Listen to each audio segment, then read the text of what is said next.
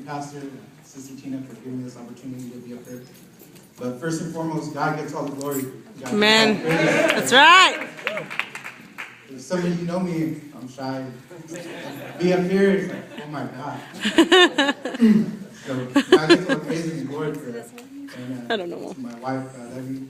Thank you for having me. It's over there somewhere. Amen. I had a chance to go to the evening services of Mighty Men of Valor, and at first I kind of didn't want to, but then I was like, God just spoke, just like tugged on my heart, you need to go, you need to go. So I was like, okay, God. So each night was an awesome experience. God moved, and let me go ahead and open up in prayer. Heavenly Father God, I just give you all the praise and glory, God, because it's all you. Bless me, Heavenly Father. God, I pray, God, that my heart, Father God, what you spoke to my heart, God, go out to my family out here this day, my God, to be able to touch them and challenge them as the way you touched and challenged me.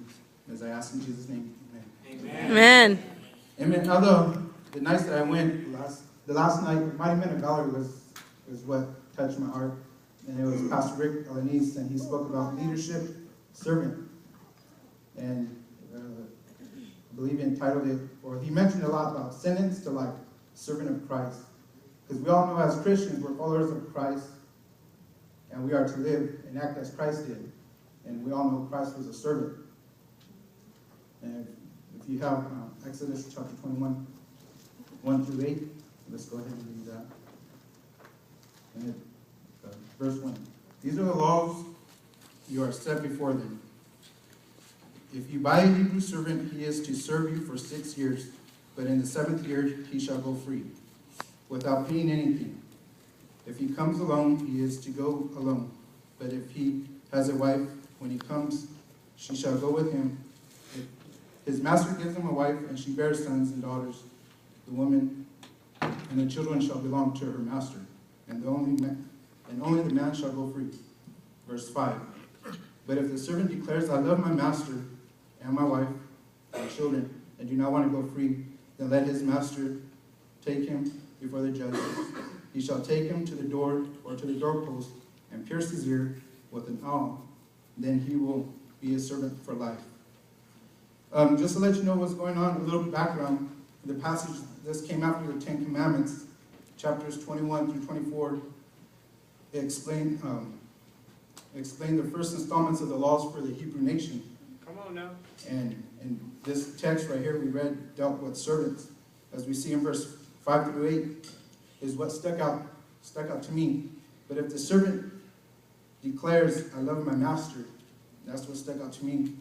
Because in this case, we're all servants, and God's the master. And the scripture speaks about commitment.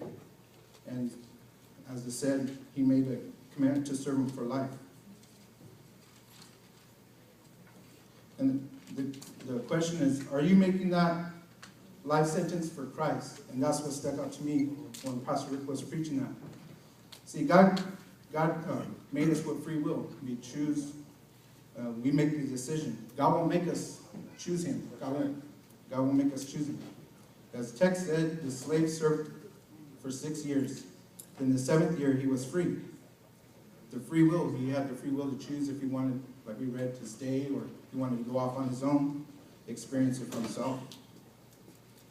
But I was praying, and I asked God, how can I use this passage for today? And God spoke to me. Thank you. Use your job. So a lot of us have jobs. We all know we got to go to the job.